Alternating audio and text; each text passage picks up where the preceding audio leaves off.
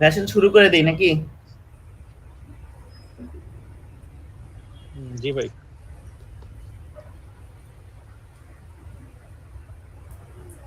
ভাই দেখেন, অ্যাকাউন্টিংটা mainly accounting কাজ করে অ্যাকাউন্টিং ইকুয়েশনের উপর, যেমন assets equals to liabilities plus owner's ইকুইটিতে।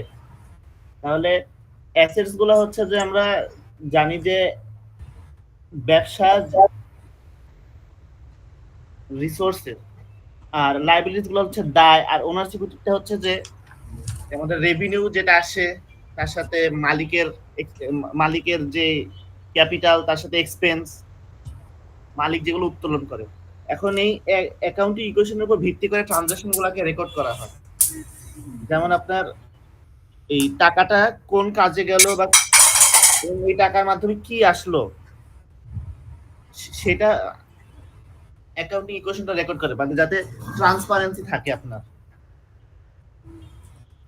যে টাকাটা কিভাবে আমরা খরচ করলাম ব্যবসার কাজে, কিভাবে টাকাটা আসলো।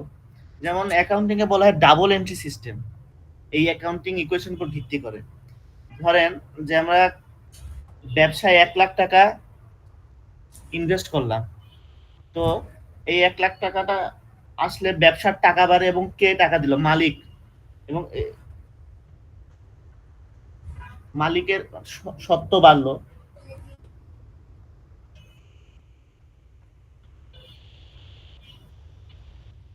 মালিকানা মানে যে এই টাকাটা কিভাবে আসছে এবং কোন উপায় আসছে সেটা লিখে রাখা। তারপরে অ্যাকাউন্টিং এর জন্য প্রথমে হলো যে আপনার অ্যানালাইজ করা ট্রানজাকশন, আসলে এটা কি ট্রানজাকশন হয়েছে কি ট্রানজাকশন হয় নাই। যেমন একজন ম্যানেজারকে হায়ার করলাম, সেটা আমার তো কোনো অর্থনৈতিক চেঞ্জ করে নাই, তাহলে এটা ট্রানজাকশন না। এবং যদি কোনো বাকিতে কোনো পণ্য কিনি, সেখানে একটা লেনদেনের বিষয় থাকে, যাতে পরে আমরা বাকিতে কিনলে টাকাটা পরে দিই, এখানে একটা দায় থাকে। এবং যে আমাদের কাছে বিক্রি করে তার যে সাপ্লাইজ বা ইনভেন্টরিজ থাকে, সেখানে একটা চেঞ্জেস হয়, একটা আর্থিক পরিবর্তন আসে। তারপরে প্রথমে আমাদেরকে ট্রানজেকশন মানে লেনদেনটাকে চেনা, যে আসলে এটা আর্থিক পরিবর্তন করেছে কিনা। এরপর এটাকে জার্নালে নেওয়া, দুইটা অ্যাকাউন্ট করা, যেমন টাকাটা কোন একটা জিনিস কিনলে যে টাকাটা যায় সেটাকে রেকর্ড করা, তখন যে জিনিসটা আমরা কিনি সেটা হয় ডেবিট, অ্যাসেট আমাদের বৃদ্ধি পায়, এবং আমাদের টাকা চলে যাওয়া বা দায় যদি বাকিতে কিনি দায় বৃদ্ধি পায়, তার জন্য ক্রেডিট করি। এরপর এটা পোস্টে বলা হয় লেজার। লেজারটা হলো যে আপনার একটা অ্যাকাউন্টের কত টাকা আছে একটা সময় শেষে। যেমন ক্যাশ অ্যাকাউন্টটাই আমরা ধরি, তো বিভিন্ন জায়গায় বিভিন্ন সময় আমরা বিভিন্ন জার্নাল করে রাখি, কিভাবে ক্যাশ আসলো গেল, সেটা সার্ভিস রেভিনিউর মাধ্যমে, বিক্রির মাধ্যমে, বা কোনো কিছু ক্রয়ের মাধ্যমে, বা আপনার কোনো ডোনেশন দেওয়া, মালিকের উত্তোলন, এবং বিভিন্ন কাজে যে টাকাটা খরচ হয়ে যায় সেটা লেখা রাখা। তো লেজার করে কি, বিভিন্ন কোথায় কিভাবে কি খরচ হয়েছে সেটা একটা জায়গায় রেকর্ড করে, এবং একটা পিরিয়ড শেষে কত টাকা আছে সেটা আপনার দেখায়, যে মানে মোটমাট কত টাকা আছে আমার কাছে। এবং লেজারের পরে এটা ট্রায়াল ব্যালেন্সে নেওয়া হয় ডেবিট ক্রেডিট ইকুয়ালাইজেশন করার জন্য, যাতে কোথাও কোনো ভুল আছে কিনা। ডেবিট মানে অ্যাকাউন্টিং ইকুয়েশনটা আপনার অ্যাসেট সমান লায়াবিলিটিস বা ওনার সিকিউরিটি দুটো সমান কিনা সেটা চেক করে। এটা দিয়ে যদি কোনো আমাদের অ্যাকাউন্টিং ট্রানজাকশন মিস হয়ে যায়, জার্নাল করা, লেজার করা, সেটাও খুঁজে পাওয়া যায়। এরপর আমাদের অ্যাডজাস্টিং এন্ট্রি। অ্যাডজাস্টিং এন্ট্রিটা হচ্ছে যে আপনার একটা ব্যবসায় যদি পরিপূর্ণ হিসাব করা যায়, তাহলে ব্যবসার শেষে তাহলে বোঝা যাবে যে কোথায় কখন কি খরচ হয়েছে না, কিন্তু সেটা তো করা সম্ভব না। প্রত্যেক মাসে হিসাব রাখতে হয়, যে এই মাসে হিসাব না রাখলে তো বুঝবো না যে কত টাকা ক্যাশ আসছে বা গেছে, এবং আমাদের হাতে কত টাকা আছে। তো অ্যাডজাস্টেড ট্রায়াল ব্যালেন্সটা হচ্ছে আপনার যে এই ধরেন এই এক মাসের জন্য আপনি একটা এক মাসের জন্য আপনি পরিপূর্ণ হিসাব শেষ করলেন, তো এরপরে দেখলেন যে আপনার কিছু হিসাব থেকে যায়, যেমন অগ্রিম টাকা দেওয়া ইন্স্যুরেন্সের জন্য। ইন্স্যুরেন্স তো প্রত্যেক মাসে মাসে হয় না, পুরো এক বছরের অগ্রিম দিয়ে দিতে হয় বা তার বেশি।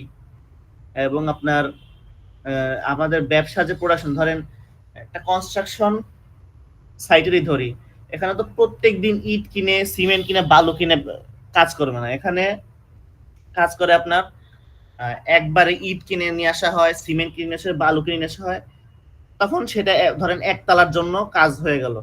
তো এবং একতলার জন্য যে পরিমাণ তারা মানে ভাবছিল যে ফরকাস্টিং করে, আহ, তার থেকে কিছুটা বেঁচে যায়। তখন লেখা যায় যে 1 লাখ টাকার ইট আনা হয়েছে, কিন্তু খরচ হয়েছে 90,000 টাকা। কিন্তু পরে আমরা এটা এই জন্য অ্যাডজাস্টিং দিই যার কত টাকা আছে হিসাবের সময়। আর অ্যাডজাস্টেড ট্রায়াল ব্যালেন্সটা আসে আপনার অ্যাডজাস্টিং এন্ট্রিজ জার্নাল আর লেজারের পরে অ্যাডজাস্টেড ট্রায়াল ব্যালেন্স। এটাকে ওয়ার্কশিটও বলে, অ্যাডজাস্টেড ট্রায়াল ব্যালেন্সটাকে। আর অ্যাডজাস্টেড ট্রায়াল ব্যালেন্সটা করে কারণ পরিপূর্ণ হিসাবটা বের করে যে নতুন যে এন্ট্রি গুলো আসছে সেটা যোগ বিয়োগ করে যেটা আসে সেটা সেটা দেখে যে এখন কত টাকা হাতে ব্যালেন্স আছে। এরপর আসে ফিনান্সিয়াল স্টেটমেন্ট। ফিনান্সিয়াল স্টেটমেন্টটা আমাদের আপনার ফিনান্সিয়াল স্টেটমেন্টের মধ্যে 3টা এন্ট্রি থাকে। একটা হচ্ছে ইনকাম স্টেটমেন্ট, যেটা হচ্ছে আমাদের আয় ব্যয় হলো কিনা, মানে কত টাকা আয় ব্যয় হলো সেটা আমাদের দেখায়। এরপরে সে ওনার সিকিউরিটি, যে মালিক কত টাকা দিল এবং কত টাকা উত্তোলন করলো, তার সত্ত্ব, তার কতটুকু দায় বা অধিকার আছে। আর ব্যালেন্স শিটটা হচ্ছে যে আমাদের সম্পদ কতখানি আছে, যে আমাদের অ্যাসেট মানে সম্পদের পরিবর্তে দায় কতটুকু আছে। যে দায় বেশি, এটার দ্বারা নির্ণয় করে যে ব্যবসা কি আমরা ঠিকমতো চালাতে পারবো, যে আমাদের সম্পদ আছে কি যে ব্যবসা চালাতে পারবো। কারণ সম্পদের থেকে যদি দায় বেশি হয়ে যায় তাহলে ব্যবসা চালানো যায় না। সম্পদের সমপরিমাণ যদি আপনার দায় থাকে তার মানে আমরা ব্যবসাটাকে খুব স্মুথলি চালাতে পারবো। এরপর ক্লোজিং এন্ট্রিজ দিয়ে কিছু অ্যাকাউন্ট থাকে যেগুলো আর পরবর্তীতে আসে না।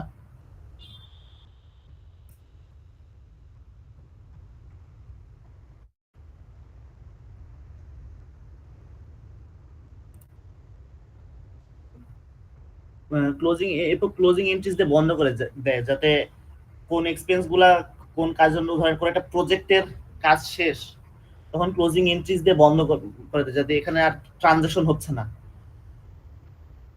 আর পোস্ট ক্লোজিং ট্রায়াল ব্যালেন্সটা হচ্ছে যে ফাইন্যান্সিয়াল স্টেটমেন্ট এবং ক্লোজিং এন্ট্রিজ এর আর কি আপনার এই লেজারটা। শোনা যায় ভাই? হ্যালো? হ্যাঁ হ্যাঁ, শোনা যেতেছে। আমরা তো জানি অ্যাকাউন্টিং ট্রানজাকশন অ্যানালাইসিসটা মানে আপনার এই ট্রানজাকশনের উপর নির্ভর করে অ্যাসেট বাড়লো না, অ্যাসেট পাশে বাড়লো নাকি লাইবিলিটি প্লাস ওনার সিকিউরিটি পাশে বাড়লো, এটা আপনার নির্ভর করে ট্রানজাকশনের উপরে। যেমন এখানে আমরা দেখতে পাচ্ছি যে asset increase 15,000 and owner security. এখানে যে কোয়েশ্চেনটা বলছে যে Ray Neal starts a smartphone app development company which he named SoftBuy. On September 1, 2020, he invests $15,000 cash in business. This transaction results in an equal increase in assets and owner's equity.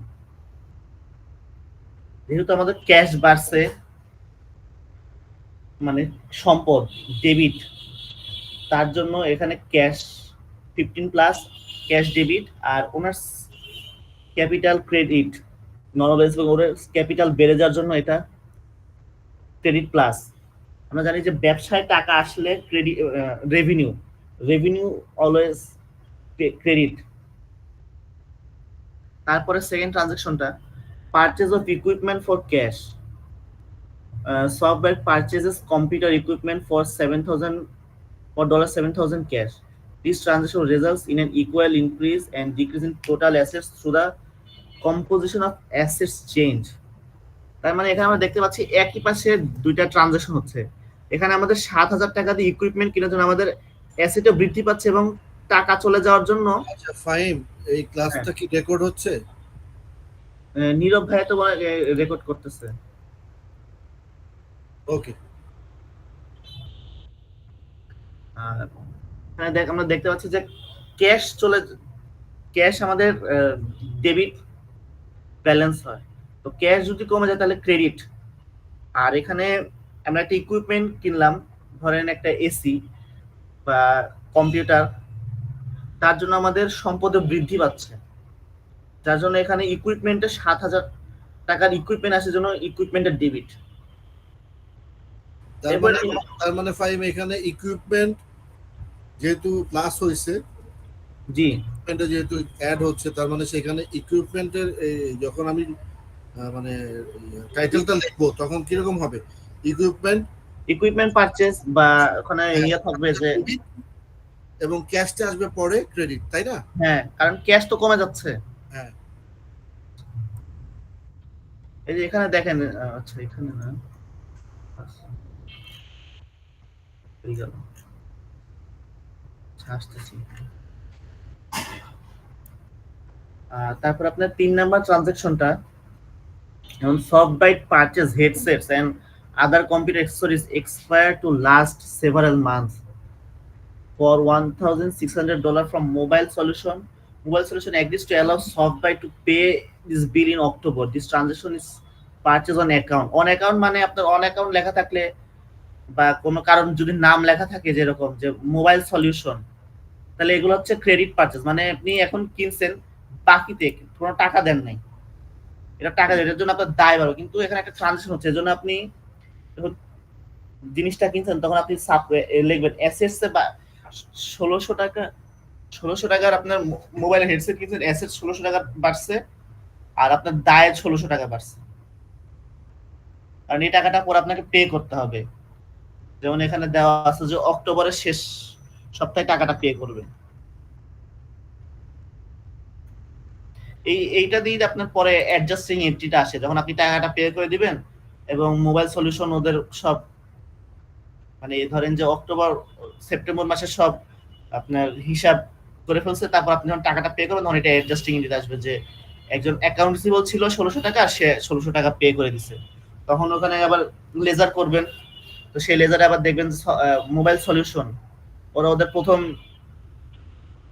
মানে trial balance থেকে দেখবে যে account receivable কত আছে, এরকম SoftByte বা techno বিভিন্ন রকম ওদের অ্যাকাউন্ট রিসিভেবল থাকবে, তখন ওরা লিখবে যে মোবাইল সলিউশন SoftByte থেকে টাকা আসছে 1600, আর ওদের যদি অ্যাকাউন্ট রিসিভেবল থাকে 2000, তাহলে টাকা অ্যাকাউন্ট রিসিভেবল কমে যাবে, ক্রেডিট পাশে বসবে, তখন ওদের ব্যালেন্স থাকবে যে 400 টাকা অ্যাকাউন্ট রিসিভেবল নিউ, সেটা হচ্ছে যে ওদের অ্যাডজাস্টেড ট্রায়াল ব্যালেন্সে যা বসবে। এরপর 4 নাম্বার ট্রানজাকশনটা, SoftByte receives 1200 টাকা cash from customer for app development service it is perform.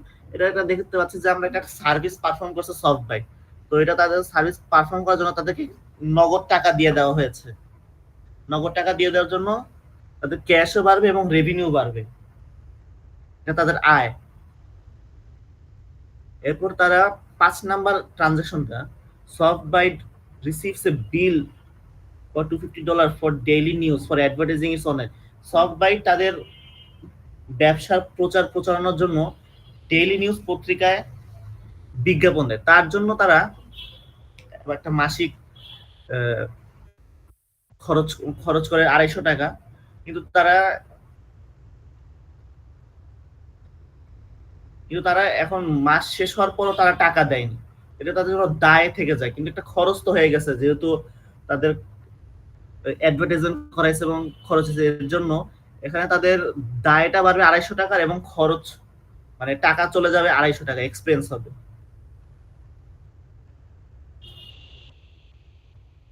এবং 6 নম্বর ট্রানজাকশনে দেখাতে পাচ্ছি যে একই তারা সার্ভিস দিয়েছে, কিন্তু একই সাথে ক্যাশ এবং ক্রেডিট, ধরেন SoftByte performs $3,500 for app development services for customers.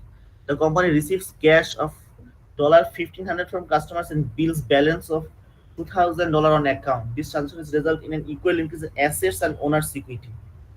আমরা অনেক সময় যখন কাজ করাই কোন জায়গা থেকে, তখন আমরা অগ্রিম কিছু টাকা দিয়ে আর কিছু টাকা বকেয়া রাখি, আমরা কোথাও কাজ করলে আমাদেরকে তখন টাকা দেয়, তখন বলে যে আমি আপনাকে এখন এই 4000 টাকা 2000 টাকা এখন দিচ্ছি, বাকি 2000 টাকা পরে। তো এখন এই ট্রানজাকশনটার জন্য আমার এখন ক্যাশ এই মুহূর্তে ক্যাশ বেড়ে যাচ্ছে, ক্যাশ বেড়ে যাওয়া মানে ডেবিট, সম্পদ বাড়তেছে আমার, আর অ্যাকাউন্ট রিসিভেবল, কারণ আমি তার কাছে টাকাটা পাবো, আমার কারেন্ট অ্যাসেট, এর জন্য অ্যাসেট পাশে 4,000 টাকা, আর আমার রেভিনিউ হচ্ছে 4,000 টাকা, বা এখানে দেখাচ্ছে যে 3,500 টাকা, এবং সে 3,500 টাকা কাজ করছে, সে রেকর্ড করে যে 3,500 টাকা পেয়ে গেছে, কিন্তু কত টাকা সে নগদে পাইলো এবং কত টাকা সে বাকি আছে অ্যাকাউন্ট রিসিভেবল থেকে পাবে, সেটা তার অ্যাসেট সে বৃদ্ধি হচ্ছে।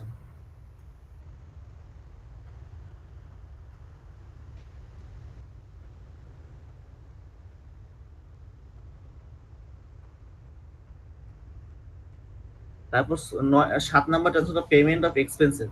Software pays the following expenses in cash for September: office rent, তারপর salary and wages, utility bill, তারপরে ইউটিলিটিজ এক্সপেন্স, সেগুলো আমাদের এক্সপেন্স, অপারেটিং এক্সপেন্স বিজনেসের জন্য। তো এর জন্য আমাদের 1,700 টাকা, আমরা যেহেতু ক্যাশে পেমেন্ট করে দিয়েছি, তার জন্য এটা আমাদের ক্যাশ চলে গেছে জন্য ক্যাশ ক্রেডিট, আর এক্সপেন্স বেড়ে যাওয়ার জন্য এক্সপেন্স ডেবিট, মানে এই টাকাগুলো আমাদের এক্সপেন্স হিসেবে চলে যাচ্ছে। এখন যদি এখানে লেখা থাকতো যে ডিউ এত টাকা, তাহলে এটা হয়তো যে অ্যাকাউন্ট পেয়েবল হইতো, 1,700 টাকা বাড়তো আর এক্সপেন্স কমে যেত 1,700 টাকা, যদি আমরা মাস শেষ হওয়ার পর সম্ভবত বিলটা না দিই। তারপর transaction 8, Softbyte pays its $2,050 daily news bill in cash। কারণ আমরা উপরে 5 নাম্বার ট্রানজাকশনটা করছি যে তারা তাদের অ্যাডভার্টাইজমেন্টের জন্য 250 টাকা করে দেয় ডেইলি নিউজকে, কিন্তু তারা সময় মতো বিল পরিশোধ করেনি, কিন্তু তারা মাসের শেষে ধরেন যে এই নভেম্বরের 1 তারিখে বা অক্টোবরের 31 তারিখে তাদের বিলটা দেওয়ার ছিল, কিন্তু তারা নভেম্বরের আজকে 4 তারিখে বিল দিচ্ছে, তার মানে তারা যে ডিউ সেটা তারা শেষ করে দিচ্ছে। যেমন এখানে তাদের মানে দায় থেকে তারা মুক্তি নিচ্ছে, যে এর জন্য তাদের ক্যাশ চলে যাচ্ছে 250 টাকা এবং অ্যাকাউন্টস পেয়েবল যে দায়টা ছিল সেটাও কমে যাচ্ছে। এবং 9 নাম্বার লেনদেনটা, receipt of cash on account, Softbyte receives $600 in cash from customers who had been billed for services।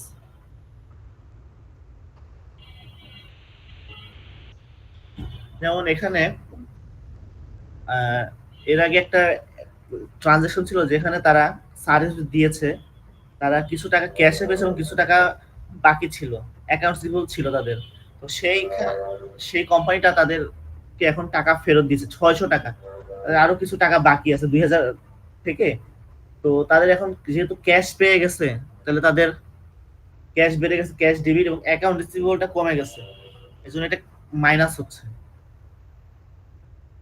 10 number transaction হচ্ছে উইথড্রল অফ। সাজেশন দিতে পারি? বলেন। আচ্ছা, তুমি যদি একটা কোয়েশ্চেন খুলে যদি আমাদেরকে সেটা প্রশ্ন করো, আমরা যদি দিতে না পারি, তাহলে সেই ক্ষেত্রে মনে হয় বুঝাইতে তোমার একটু সুবিধা হবে। আচ্ছা ভাই, তাহলে হয়তো কিছু স্পেসিফিক কোয়েশ্চেন বেরোয় আসতো, যার এই চ্যাপ্টার থেকে কোশ্চেনে যাব। যেতে পারো। তাহলে দেখা গেল আমার কোনো কনফিউশন থাকলে তুমি জিজ্ঞেস করলে আমি হয়তো পারলাম না, বাট তুমি ক্লিয়ার করে দিলে ওটা হয়তো ক্লিয়ার হয়ে গেল। আমি জানি না সবার কি মতামত, আমার মনে হয় ভালো হতো। আমার মনে হয় এইভাবে হলে ভালো হয়। নিয়াজ ভাই যেটা বলছে। আচ্ছা ঠিক আছে, কারণ তুমি এখন যেটা বুঝাইতে তো পারি, আমি যদি না পারি তখন তোমার ওটা বুঝাইতে সুবিধা হবে। এই যে এই কোশ্চেনটা দেখেন, হ্যাঁ এই যে আসছে কোশ্চেন আসছে,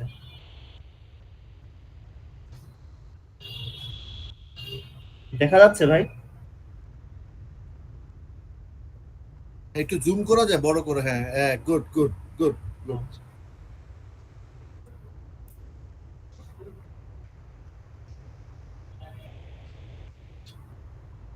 On April 1, Julie Spengel established Spengel's Travel Agency. The following transactions were completed during the month.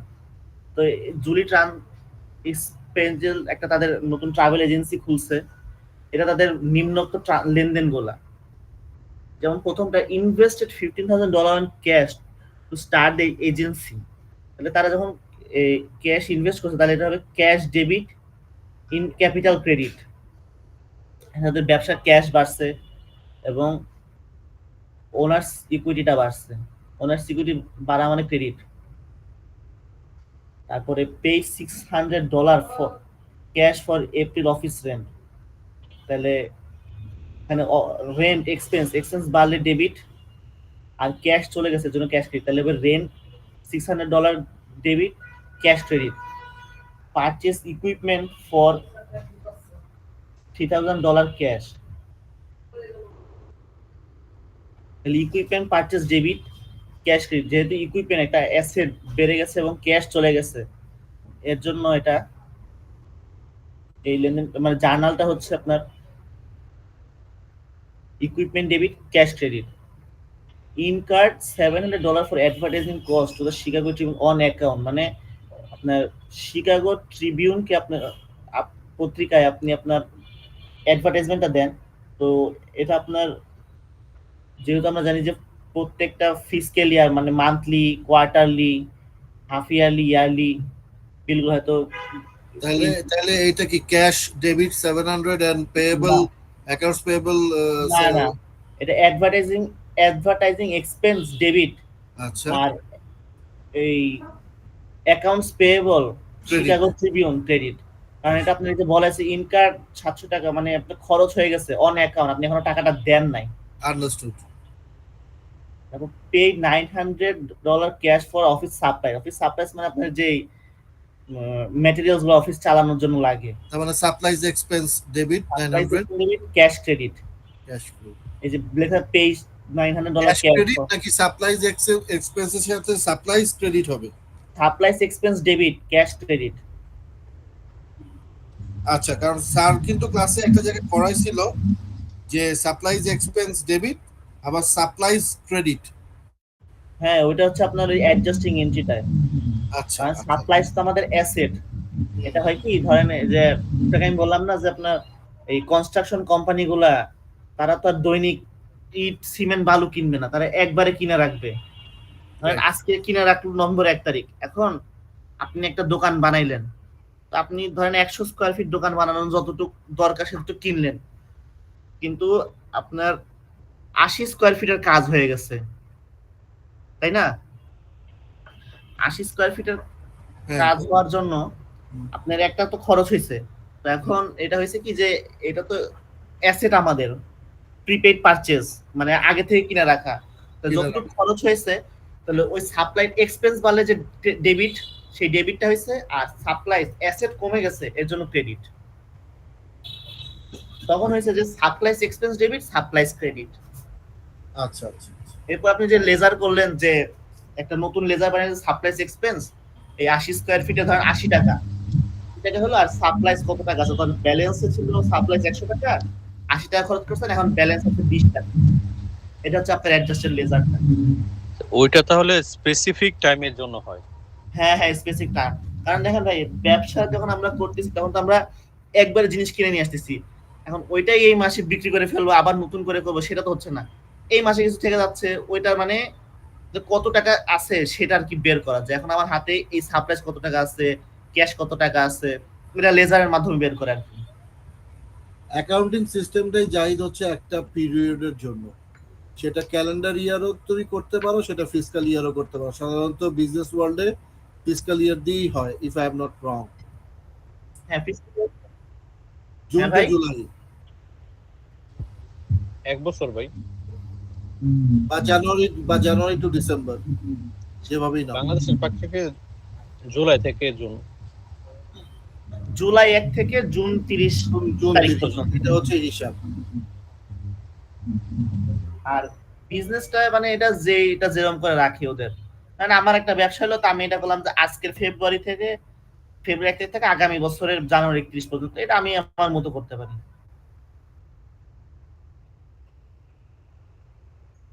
তারপর আপনার আসে perform services or $10,000, 3,000 cash is received from customers and the balance of 7 is bill to customers account. তাহলে এটা হচ্ছে যে আপনার 10,000 টাকার কাজ করছেন, কাস্টমার বলে এখন আমি 3,000 টাকা দিব, বাকি 7,000 টাকা পরে আস্তে আস্তে দিব। 3,000 cash debit, account receivable 7,000 debit, আর আর পারফর্ম কি সার্ভিস পারফর্ম সার্ভিস রেভিনিউ হলো ক্রেডিট, ক্রেডিট। আর সার্ভিস রেভিনিউটা হলো রেভিনিউ বাড়লে ক্রেডিট, আমাদের রেভিনিউ তো সব ধরনের রেভিনিউই তো আমার ক্রেডিট হবে আর এক্সপেন্স গুলো ডেবিট হবে। জি জি। আর এখানে এই 3000 ক্যাশ, এটা আপনি ক্যাশে টাকাটা পাইছেন, আর অ্যাকাউন্ট রিসিভেবল যে বকেয়া টাকাটা আপনি পরে পাবেন তার কাছ থেকে। Withdraw $600 cash for personal use, মানে এটা টাকা তুলে নিচ্ছে, তাহলে ড্রয়িংস ডেবিট, ক্যাশ ক্রেডিট। এখানে মালিকের নাম দিতে পারেন যে, হ্যাঁ যার নাম থাকবে যে উপরে যেরকম আছে। হ্যাঁ। তারপর পেইড এমপ্লয়ি স্যালারি, তার মানে এটা পেইড স্যালারি মানে ক্যাশে হয়ে গেছে, এখন কোনো অ্যাক্রুড নাই, ইন কার্ড নাই, কিচ্ছু নাই, তার মানে এটা পেইড, তাহলে এটা হবে যে salaries expense debit, cash credit. আর এখানে receive $4000 in cash from customer who have previously billed in transaction 6 এই যে 4000 টাকা তার থেকে আমি ক্যাশ পাইছি, তার মানে আমার আচ্ছা ফাইন। স্যালারি ভাইয়া এমপ্লয়ি স্যালারি 2500, এইখানে যেটা এর আগে ক্লাসে করলাম যে স্যালারিজ এক্সপেন্স ডেবিট 2500 আর স্যালারিজ পেয়েবল 2500 ক্রেডিট। হ্যাঁ, এখানে যখন লেখা থাকতো যে salaries incurred but not paid বা ইনকার্ড স্যালারিজ তাহলে 2500 সেই মানে ক্ষেত্রে আপনার পেয়েবল। পেয়েবল। হ্যাঁ, আর আচ্ছা স্যালারিজ এক্সপেন্সটা তো আপনার রেকর্ড করতে হবে, এক্সপেন্স হয়ে আপনাকে তো আপনার কর্মীরা তাদের আচ্ছা কাজ তার করে মানে দিচ্ছে। হচ্ছে ফাইভ, আমি যদি ভুল না বুঝে থাকি পেইড কথাটা যদি লেখা থাকে তার মানে ইটস ডান, তাহলে সেই ক্ষেত্রে এখানে ক্যাশ কথাটা ইউজ হবে। হ্যাঁ, এখানে পেইড লেখা থাকতে পারে বা ক্যাশ 2500 পেইড স্যালারিজ এন্ড আমরা কি ওয়েজেস। তাহলে এভাবে বলতে পারি অ্যাকাউন্ট পেয়েবল এবং অ্যাকাউন্ট রিসিভেবল এর ক্ষেত্রে যে ক্যাশ রিসিভড, তাহলে সেই ক্ষেত্রে ক্যাশ রিসিভডই থাকবে, সেই ক্ষেত্রে অ্যাকাউন্ট রিসিভেবল হবে না। আর ভাই ক্যাশ আপনার কথা পেইড বুঝি নাই, যদি বুঝলাম। যদি একটা ট্রানজাকশন, দুইটা ট্রানজাকশন বলতেছি এখানে, যে দেখা গেল একটা সার্ভিস দিছি এবং ক্যাশও রিসিভ করছি, তো সেই ক্ষেত্রে ক্যাশ রিসিভড হবে আর সার্ভিস সার্ভিস রেভিনিউটা ক্রেডিট। ক্রেডিট। আচ্ছা, আর যদি আমি সার্ভিস পারফর্ম করছি কিন্তু ক্যাশটা আমি পাই নাই, হ্যাঁ, তো সেক্ষেত্রে সার্ভিস রেভিনিউ হবে ডেবিট আর অ্যাকাউন্ট রিসিভেবল ক্রেডিট নাকি? জি। আপনি কাজ করছেন কিন্তু টাকাটা এখনো দেয়নি আপনাকে, হ্যাঁ, তাহলে আপনার হবে অ্যাকাউন্ট রিসিভেবলটা ডেবিট, সার্ভিস রেভিনিউ ক্রেডিট, কারণ আপনার কাজ তো হয়ে গেছে। ওকে ওকে ওকে। আর অ্যাকাউন্ট রিসিভেবল মানে আপনি টাকাটা পাবেন তার কাছ থেকে। ঠিক ঠিক একইভাবে উল্টাটা তো অ্যাকাউন্টস পেয়েবল এর ক্ষেত্রে প্রযোজ্য, রাইট? হ্যাঁ হ্যাঁ, যেমন আপনি ধরেন যে বাসায় যাওয়ার সময় আপনার ঘরের জিনিসপাতি নিয়ে গেলেন, যে 5 কেজি চাল, 2 কেজি আলু এবং একটা তেলের বোতল, তখন আপনাদের কাছে টাকা নেই, দোকানদারকে বললেন যে আমি এখন টাকা নেই সাথে, আমি তোমাকে পরে দিব, সকালে দিব। তাহলে এটা হচ্ছে যে আপনার এই যে তিনটা জিনিস, চাল, তেল, ডাল, এই তিনটা হচ্ছে আপনার পারচেজ। হ্যাঁ, আর অ্যাকাউন্টস পেয়েবলটা নিচে যাবে যে আপনি কত টাকা দিবেন, মানে এই তিনটা সম্পদ আপনি কিনছেন আর এখন আপনার দায় বাকি। আর এটা যদি আমি ক্যাশে করতাম তাহলে সেক্ষেত্রে কি তাহলে হতো? ক্যাশ হতো যে আপনার পারচেজ, চাল, ডাল, তেল তিনটা দিবেন আর নিচে ক্যাশ লিখবেন, ক্যাশ চলে গেছে। তো সেই ক্ষেত্রে ক্যাশটা ডেবিট হবে না? না, ক্যাশ ক্রেডিট, কারণ আপনার সম্পদ কমে যাচ্ছে, অ্যাসেট কমে যাচ্ছে, যে টাকা তো আপনার একটা সম্পদ। আর অ্যাকাউন্টস পেয়েবলটা সেই ক্ষেত্রে ডেবিট আর ওই আইটেমগুলো ক্রেডিট। হ্যাঁ, মানে ও আচ্ছা, আপনি যখন টাকাটা পে করে দেন তখন আপনার অ্যাকাউন্টস পেয়েবল কমে যাচ্ছে, কারণ তার দায়টা কমে যাচ্ছে এবং আপনার আপনার ক্যাশ কমে যাচ্ছে, আপনার সম্পদ কমে যাচ্ছে। এই জায়গাটা ক্লিয়ার হয়নি, আবার একটু এটা দেখাচ্ছি না। এই যে দেখেন এখানে রেভিনিউ মানে ক্রেডিট, ইকুইটি প্লাস ওনার সিকিউরিটি বাড়ে, আর রেভিনিউ যদি কমে যায় তাহলে আমার ওনার সিকিউরিটি কমে যায়, মাইনাস। হ্যাঁ, আর আপনি যেটা বলতেছেন, আমি একটু বড় করা যায় স্ক্রিনটা।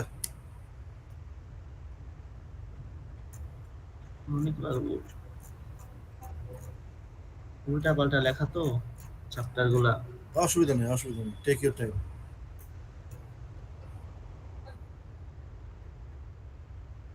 ভাই পিডিএফ দিলে আপনারা বুঝবেন না, এখানে ওই দুই পেপার একসাথে লেখা তো, এই জন্য আপনাদের যেটা দিচ্ছি সেটা এই টার্মের জন্য মানে সিরিয়ালি করা।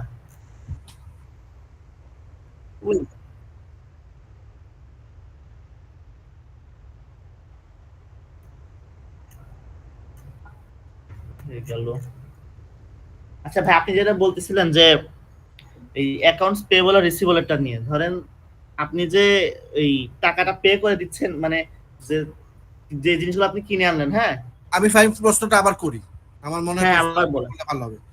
যে আমি চাল ডাল পেঁয়াজ কিনছি, জি একটা হচ্ছে আমি ক্যাশে কিনছি, তাহলে ট্রানজাকশনটা কি হবে এটা বলো। আচ্ছা, চাল ডাল কিনবেন, এটা হচ্ছে ডেবিট। হ্যাঁ, আর ক্যাশে কিনছেন, ক্যাশ চলে গেছে ক্রেডিট। ক্রেডিট। ওকে, আর এখন যদি আপনি বাকিতে কিনতেন, বাকিতে কিনি, হ্যাঁ এই চাল ডাল তেল ক্রেডিট, আপনার সম্পদ একটা তো বাড়ছে, হ্যাঁ। কিন্তু এখন আপনি টাকা দিতে পারতেছেন না, মানে আপনার দায় বাড়ছে, লাইবিলিটি। তাহলে আপনার হচ্ছে অ্যাকাউন্টস পেবল ক্রেডিট। এখন আপনি যখন এই টাকাটা পে করবেন সকালে, তখন তখন আপনার অ্যাকাউন্টস অ্যাকাউন্টস পেয়েবলটা পেবল হয়ে যাবে ডেবিট, আর ডেবিট, ওই কারণ আইটেমগুলো হয়ে যাবে আপনি ক্রেডিট। তখন না না ওই আইটেম কমবে না, আপনি আবার আইটেম ফেরত দিবেন নাকি? আপনি টাকা দিচ্ছেন না পরে, হ্যাঁ আপনি তো টাকা দিচ্ছেন, ধরেন যে এটার জন্য 1,000 টাকা হয়েছে, আপনি সকালে 1,000 টাকা দিচ্ছেন, তাহলে হ্যাঁ। দোকানদার লিখবে যে অ্যাকাউন্টস পেয়েবল ডেবিট, কারণ দায়টা কমে গেছে। আর আপনি লিখবেন যে অ্যাকাউন্টস পেয়েবল ডেবিট, আপনার দায় কমে গেছে, আর আপনার ক্যাশ যেহেতু চলে যাচ্ছে, আপনার সম্পদ, এর জন্য এটা ক্রেডিট, ক্যাশ আচ্ছা, ক্রেডিট, ক্লিয়ার কারণ ক্যাশ চলে যাচ্ছে। সবাই ক্লিয়ার ভাইয়া? সবাই এখানে যারা আছে ক্লিয়ার? জি জি ভাই, আমি ক্লিয়ার। এটা নিয়ে দেখবা ব্যাস লাগবে, এরপর তো এটা আসবেই কমন। হ্যাঁ প্রথম প্রথম আমার হয়তো, এখন এগুলা কি করতে প্র্যাকটিস করতে করতে এখন ক্লিয়ার ক্লিয়ার। সেই যে সেকেন্ডটা আমরা এর আরেকটা দেখি, যে স্যার এই কোশ্চেনটাই দিছিল, এখানে আমাদেরকে মার্চ দিছিল এই ট্রানজাকশনগুলো, আর এখানে উপরে ফেব্রুয়ারি দিয়ে দিছিল। ফেব্রুয়ারি যে ক্যাশ ইন হ্যান্ড, এই যে Sonia Jared open law firm July 1, 2020, এটা ছিল।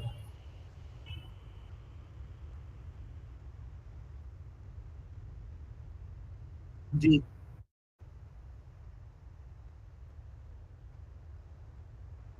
যদি এই মাসেরটা করি তাহলে তো তুলতে হবে না, যদি 3 মাসেরটা একসাথে করি তখন তুলতে হবে।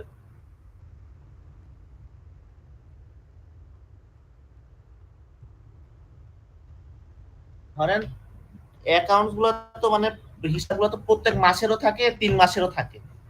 তো এই মাসের একটা হিসাব করছে, এই হিসাব করার পর দেখছে আগের মাসের সাথে মিলে দেখতেছে কি কি আছে। এই মাসের জন্য জার্নাল করে, আবার 3 মাসের জন্য জার্নাল করে। এটা ব্যবসার উপর নির্ভর করে, ট্রানজাকশনের উপর, মানে স্যারের কোয়েশ্চেনের উপর নির্ভর করবে যে সে কোনটা চাচ্ছে। এটা মানে ব্যবসায়ীদের মন মতো তারা কিভাবে তাদের আপনার এই হিসাবগুলো কিভাবে তারা ব্যবসার রাখবে, সাইজের উপরেও নির্ভর করে, কার ব্যবসার সাইজ কেমন, পোর্টফোলিও আর কেমন, ব্যবসা সাইজ কেমন। তখন ওটার উপর নির্ভর করে কোয়ার্টারলি করে। এবং সাধারণত দেখবা কর্পোরেট ওয়ার্ল্ডে মানে হিসাবগুলো কোয়ার্টারলি হয়, দেন গিয়ে ফাইনালি একটা ইয়ার এন্ড ব্যালেন্স শিট হয়। হ্যাঁ, ওখানে 3-4টা ধরেন যে কোয়ার্টারে থাকে, হাফ তখন তারা ইয়ারলিও হয়, হ্যাঁ হাফ ইয়ারলি হয়। কারণ প্রতিনিয়ত তো আপনার ট্রানজাকশন গুলো রেকর্ড রাখতে হবে, রেকর্ড না রাখলে তো হিসাব গরমিল হলে তখন তো ব্যবসা লাল বাতি চলবে। হ্যাঁ, প্রতিদিনই ট্রানজাকশন হচ্ছে, মান্থলিও হয়ে যায়। মানে মান্থলি করতে করতে এটাকে কোয়ার্টারলি হয়, 3 মাস করে 6 মাস হয় হাফ ইয়ারলি। সেভাবে করে করে আবার কোয়ার্টারলি আসে, সেপ্টেম্বরে গিয়ে একটা থার্ড কোয়ার্টার যায়, এরপর ফাইনালি ডিসেম্বরে গিয়ে ফাইনাল ব্যালেন্স শিট তৈরি হয়। আমার প্র্যাকটিক্যাল নলেজ নাই তো, এর জন্য মানে আমি আপনাদেরকে ঠিকমতো বোঝাতে পারছি আমি চেষ্টা করতেছি যতটুকু আমার মাথায় আছে দেওয়ার জন্য। এক্ষেত্রে নিয়াজ ভাই আমাদের হেল্প করবে। কারণ আমি যদি একটু প্র্যাকটিক্যালি দেখতাম, ধরেন কোনো অফিসে যায়, তাহলে তো আমার জন্য একটু সুবিধা হতো। আমার তো মানে জাস্ট আমি খালি অঙ্কগুলো পারি আর ওই ট্রানজাকশন গুলো বলে যেতে পারি যে কোনটা কি। ভাই এরপর কি পরের চ্যাপ্টারে যাবো, এন্ট্রি গুলাতে, চ্যাপ্টার 2 তে? সাজিদুল জাহিদ বলেন। চলে যেতে পারেন, আমি মোটামুটি বুঝতে পারছি।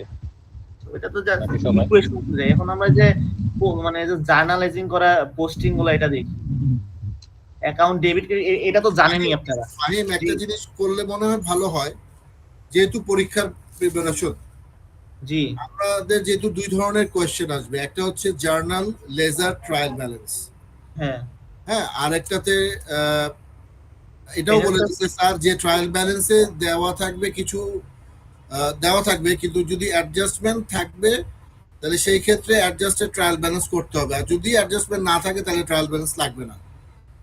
এটা সবাই মাথায় রাখেন, 1 নাম্বার।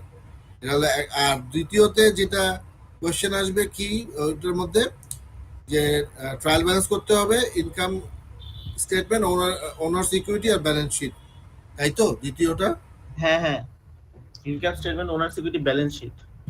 হ্যাঁ, তো এই যে রিকোয়ারমেন্ট গুলো না, এই রিকোয়ারমেন্ট ওয়াইজ যদি ফাইম আপনি যান আমার মনে হয় ভালো হবে। আচ্ছা, তাহলে চ্যাপ্টার 3 তে যাই। ওকে, তাহলে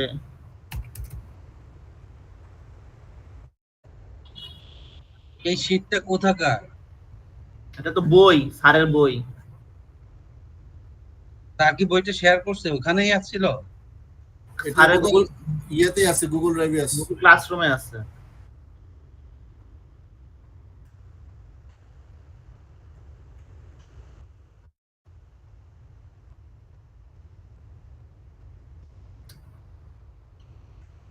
আসলাম, হ্যাঁ।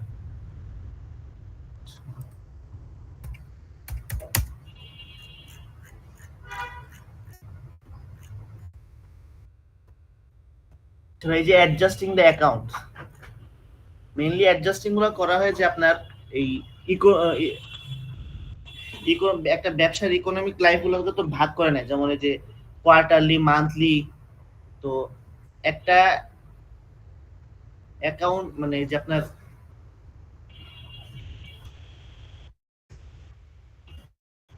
ফাইম ভাই একটু উপরে যাবে, হালকা একটু উপরে, বাস বাস। এই দেখো এখানে ফিসক্যাল এবং ক্যালেন্ডার ইয়ার্স এর ইয়েটা দেওয়া আছে। Accounting time periods are generally a month, a quarter or a year, যেটা আমি একটু আগে বলতেছিলাম। Monthly and quarterly time periods are called interim periods. Most large companies must prepare both quarterly and annual financial statements.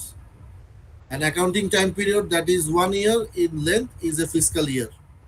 A fiscal year usually begins with the first day of a month and ends 12 months later on the last day of a month. Many businesses use the calendar year January to December 31 as their accounting period. Some do not. Companies whose fiscal year differs from the calendar year include Delta Airlines, June 30, and the Walt Disney Company, September 30. Sometimes a company's year end will vary from year to year. For example, PepsiCo's fiscal year ends on the Friday closest to December 31, which was December 27 in 2014 and December 26 in 2015. পার্থক্যটা মনে হয় বোঝা গেছে এবার সবার কাছে। বাংলাদেশের প্রেক্ষাপটে জুলাই জুন ফিজিক্যালি চাহিদা অ্যাকাউন্টিং সিস্টেমটা সব জায়গায় কম বেশি একই, হ্যাঁ, কোনো জায়গায় তেমন একটা পার্থক্য নেই ওয়ার্ল্ড ওয়াইড। আপনার এই যে গ্যাপ আর আইএফআরএস অনুযায়ী ফলো করে সবাই ইন্টারন্যাশনালি। ভাই চেঞ্জ করতে পারো। এই যে দেখেন এখানে accrual basis versus cash basis. যেমন ক্যাশ বেসিসটা হচ্ছে যখন আপনি ক্যাশ পাবেন তখন এন্ট্রি করে, আর অ্যাক্রুয়াল বেসিস মানে যখন আপনার লেনদেন হয়ে গেছে তখন ইয়ে করে, যেমন পেয়েবল গুলা, রিসিভেবল গুলা। এটাই ক্যাশ বেস মানে অ্যাক্রুয়াল বেসিসে। অ্যাক্রুয়াল মানে হচ্ছে বকেয়া, পাবেন আর দিবেন বকেয়া বিলগুলো। তারপর রিকগনাইজিং রেভিনিউজ এন্ড এক্সপেন্সেস, আপনার রেভিনিউ রিকগনিশন প্রিন্সিপালটা হচ্ছে যে আপনি কোনগুলো আপনার রেভিনিউ আসতেছে আর এক্সপেন্সেস মানে যে কোন ট্রানজাকশন গুলো দ্বারা আপনার ব্যয় হচ্ছে কোম্পানির জন্য। এই যে গ্যাপ অনুযায়ী time period assumption, expense assumption, revenue, expense.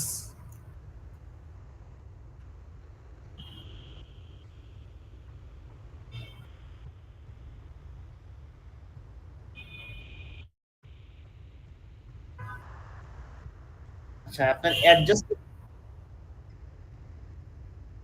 Adjust adjust করা, এই দেখেন adjusting are require every time company prepares financial statements. The company অ্যাডজাস্টিংটা করে, ধরেন আপনার এই যে আপনার ইয়ে হয় না যে আপনি কিছু টাকা তো বাকি থাকে, যেমন ব্যাড ডেট, ভাবলেন যে অনেকে টাকা দিবে না আপনাকে, পরে আপনার সব মানে হিসাব করার পর একজন এসে বলছে যে এই টাকাটা নেন, তারপর হিসাব করার পর দেখতেছেন যে আপনার এটা রেকর্ড করা হয়নি, ছুটে গেছে। তারপর আপনি যে আগে যে টাকাগুলো দিচ্ছেন না, মানে যেমন অগ্রিম ইন্স্যুরেন্সের টাকা, সাপ্লাইজের টাকা, সেটা আপনার অ্যাডজাস্ট করা, যে কত টাকা আছে হিসাব করে দেখা। এটা হলো অ্যাডজাস্টিং গুলো। বুঝতে পারছেন ভাই? এই যে টাইপস অফ যে সার্ভিস ও ডিফারেন্স, মানে যে prepaid expense is paid in cash before they are used or consumed, যেটা হচ্ছে আপনার অ্যাকাউন্ট রিসিভেবল হয়, যেমন এই যে প্রিপেইড ইন্স্যুরেন্স অ্যাকাউন্ট রিসিভেবল।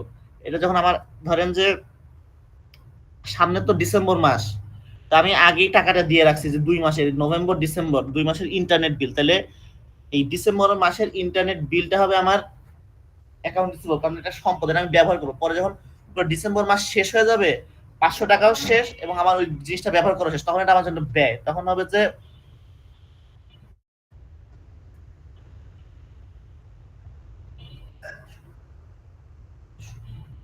হবে যে প্রিপেড ইন্স্যুরেন্স ডেবিট আর ইন্স্যুরেন্সটা ক্রেডিট। কারণ ইন্স্যুরেন্স ফাহিম, এটা কি এরকম না বিষয়টা?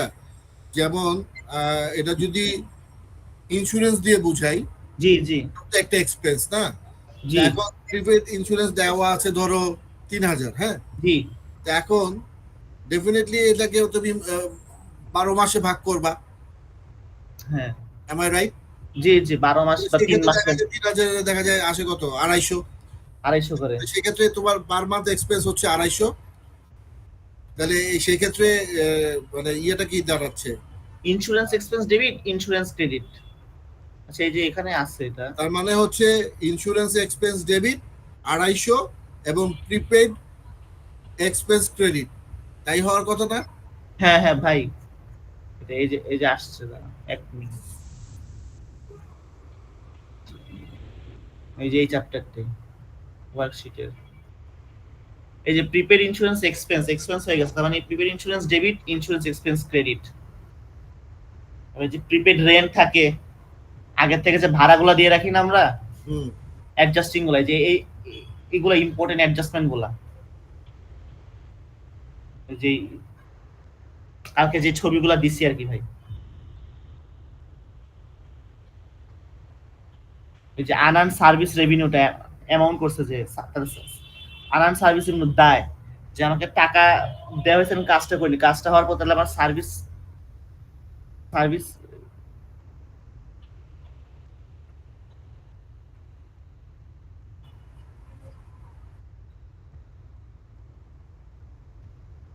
আচ্ছা, এটা হচ্ছে যে আপনার এই যে আমরা কাপড় বানাতে দিই না, ধরেন যে আপনার কাল 1 সপ্তাহ পর প্রেজেন্টেশনের জন্য একটা ফর্মাল ড্রেস বানাবেন, তো আজকে যে কাপড়গুলা কিনে দিয়ে আসলেন, তো অ্যাডভান্স টাকা দিয়ে দেই না আমরা অনেক সময় টেলার্সকে, সেটা তো তার জন্য আনআর্ন রেভিনিউ, মানে সে টাকা পেয়ে গেছে কিন্তু আমার কাপড়টা এখনো বানায়নি, তাহলে কাপড়টা বানানোর পর যখন সে আমাকে হ্যান্ড ওভার করে, তখন তার কাছে রেভিনিউ হয়ে যাবে, তার দায় মুক্ত হবে, তখন হবে তার unearned service revenue debit, service revenue credit. মানে এখানে আনআর্ন সার্ভিস রেভিনিউ অ্যামাউন্টেড 50,000 টাকা। ধরেন আপনাকে আমি একটা কাজ দিলাম, তখন কাজের পূর্বে আমি আপনাকে, মানে আপনি কাজ শুরু করার আগে আমি আপনাকে অ্যাডভান্স টাকা পুরোটা পে করে দিছি, যে আমি এত টাকা পয়সা নিতে দেবো না, আপনাকে আমি টাকা দিয়ে দিচ্ছি, আপনি আপনার মতো কাজ করে আমাকে দিয়ে দেন। তখন এটা আপনি লিখবেন যে আপনার জন্য আনআর্ন সার্ভিস, মানে আপনার দায় থাকতেছে।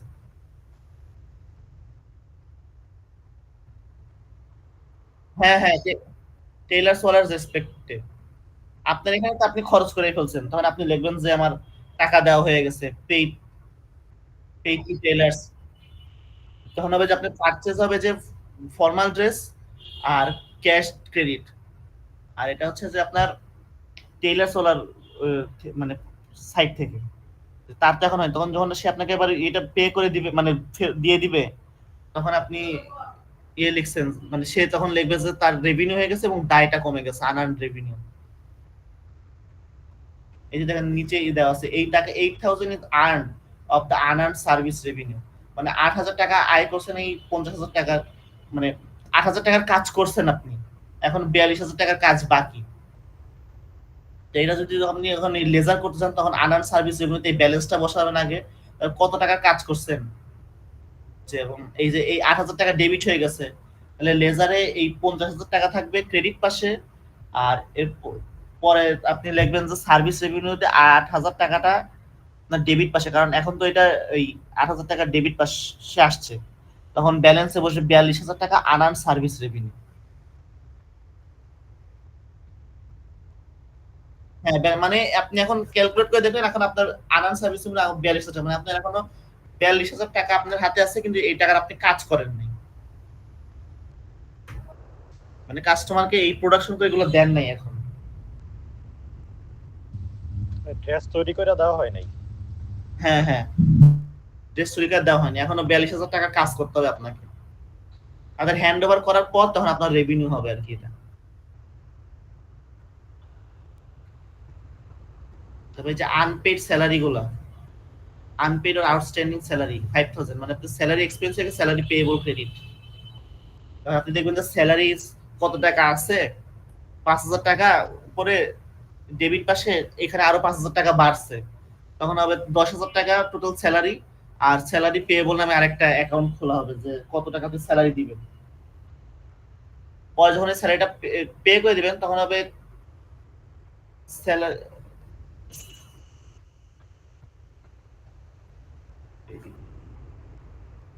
এবার যে কমিশন আর্ন, এটা তো দেয়নি স্যার।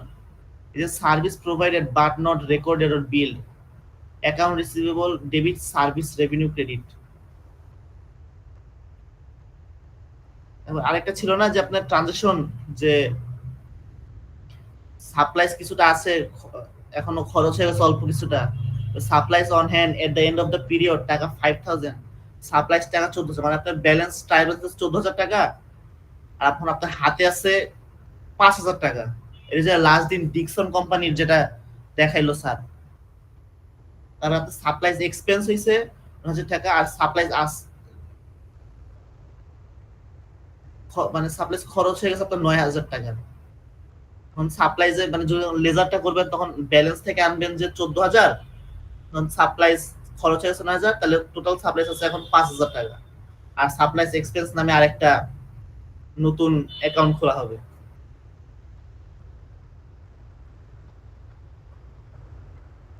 এরপর হচ্ছে যে সাপ্লাইজ ইউজড 1,500 টাকা পার মান্থ আনটিল 31 মাস, 3 মাসের জন্য। তার মানে 3 মাসের জন্য আপনি এই 3 মাসের জন্য রেকর্ড করবেন, তখন হবে supplies expense debit supplies credit, যেটা আপনার সাপ্লাইজটা খরচ হয়েছে। আর এই যে ডেপ্রিসিয়েশনটা সবসময় একই থাকে, যেমন charge 10% depreciation furniture, equipment, building, car depreciation account debit, accumulated depreciation credit. এই ডেপ্রিসিয়েশনটা হচ্ছে যে আপনার প্রোডাক্টের প্রত্যেক বছর কত টাকা করে মূল্য কমতেছে।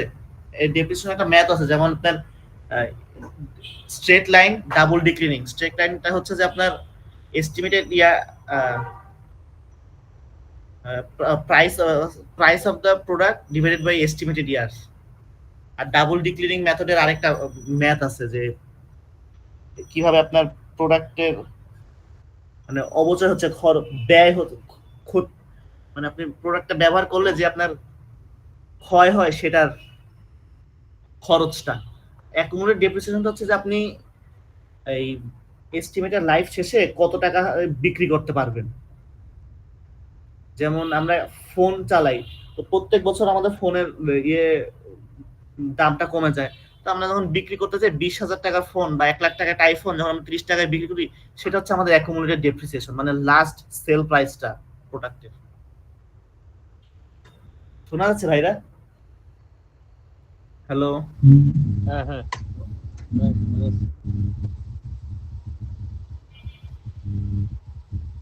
শুনতে পাচ্ছি। শোনা যাচ্ছে ভাইয়া, শোনা যাচ্ছে। আচ্ছা, তারপরে যে 11 নাম্বার যে জার্নালটা, যে ট্রানজাকশনটা টাকা 20,000 of unearned service income still unearned, মানে আমাদের উপর একটা আনআর্ন সার্ভিসের ট্রানজাকশন ছিল না, সেখান থেকে আমাদের 20,000 টাকা এখনো পাইনি। তার মানে এখানে আমরা দেখতে পাচ্ছি যে আনআর্ন সার্ভিস রেভিনিউ এখনো 20,000 টাকা, তার মানে আমরা 26,000 টাকার প্রোডাক্ট পেয়ে গেছি, 26,000 টাকার জিনিস আমরা রিসিভ করছি। তাই এখানে আমাদের জার্নালটা হবে service revenue debit unearned service revenue credit. তো এখন যদি আমাদের লেজার করতে বলে, তখন আমরা ট্রায়াল ব্যালেন্সে দেখবো যে আমাদের রেভিনিউ কতটুকু আছে। রেভিনিউ আমাদের নরমালি ক্রেডিট ব্যালেন্স। তো এখন আবার যদি আগে রেভিনিউ থাকতো 1 লাখ টাকা, তাহলে আমরা দেবো এই রেভিনিউটা হওয়ার জন্য মানে 1,26,000 টাকা, মানে এন্ডিং ব্যালেন্স। আবার দেখবো যে আনআর্ন সার্ভিস রেভিনিউ কত টাকা আছে, আনআর্ন সার্ভিস রেভিনিউ দায়, তাহলে ক্রেডিট পাশে থাকবে 26,000 টাকা। কিন্তু এখন এখানে তো দায়টা কমে গেছে, যে 26,000 টাকার কাজ করে ফেলছি, তো সেখানে আমরা লিখবো যে মানে লেজারে ক্রেডিট পাশে থাকবে, ব্যালেন্সটা থাকবে যে 26,000, পরে আমরা লিখবো সার্ভিস রেভিনিউ। স্যার তো লিখতে মানা করছে সময় সাপেক্ষে, লেখা প্রয়োজনীয়, তো আমরা এরপরে লিখবো যেহেতু আমাদের সার্ভিস দিয়ে ফেলছি, 26,000 টাকার কাজ করে ফেলছি, তাহলে ডেবিট করবো আনআর্ন সার্ভিস রেভিনিউটাকে। তখন আমাদের ব্যালেন্সটা আসবে, যে আগে যে 40,000 টাকার আনআর্ন সার্ভিস রেভিনিউ ছিল, সেখান থেকে 26,000 বাদ দিলে 14,000, সেটা আমাদের ব্যালেন্স, যেটা আমাদের ট্রায়াল ব্যালেন্সে যাবে, মানে মেইনটা, যেটা থেকে আমরা ফিনান্সিয়াল স্টেটমেন্ট করবো যে আমাদের আয় আছে কতখানি, ব্যয় আছে কতখানি।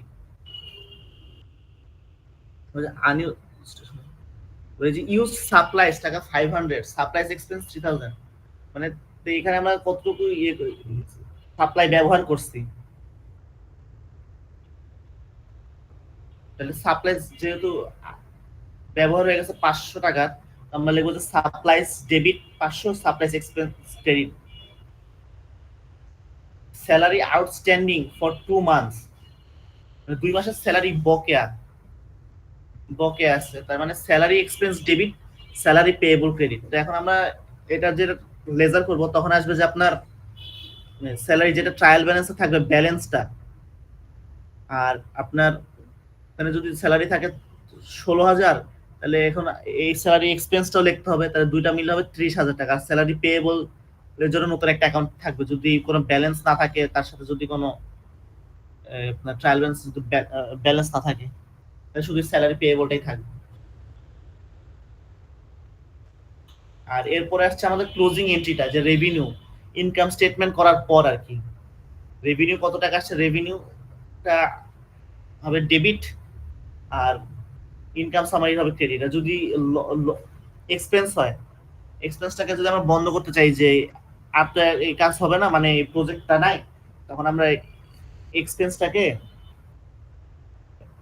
একবারে ক্লোজ করে দেবো, এক্সপেন্স অ্যাকাউন্টটাকে। তখন আমি ইনকাম সামারি ডেবিট এবং এক্সপেন্সটা ক্রেডিট।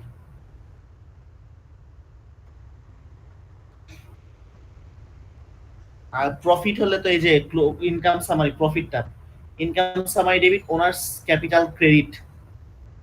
আর লস হলে এই প্রফিটের উল্টাটা, owner's capital debit, income summary credit. আর এই যে উইথড্রয়াল অ্যাকাউন্ট, যে মালিক যে টাকাটা উঠায় নিছে, সেটা যদি ক্লোজ করে দেওয়া হয়, তখন হবে owners capital debit, drawings credit. যেহেতু ড্রয়িংস আমাদের একটা খরচ বেড়ে গেলে হয় ডেবিট, এবং এই জন্য এটাকে ক্রেডিটে নিয়ে এসে অ্যাকাউন্টটাকে ক্লোজ করে দেওয়া হলো।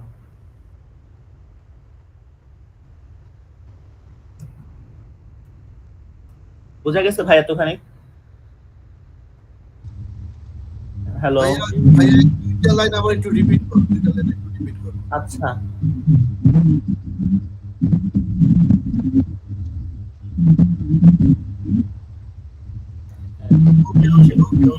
এটা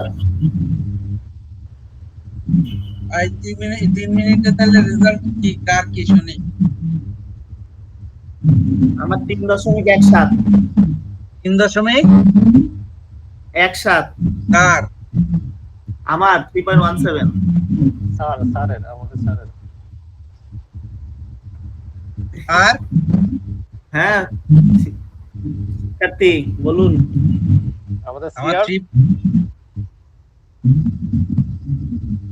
কংগ্রাচুলেশন, আলহামদুলিল্লাহ, ভালো, মাশাআল্লাহ। আমার হচ্ছে 3.30।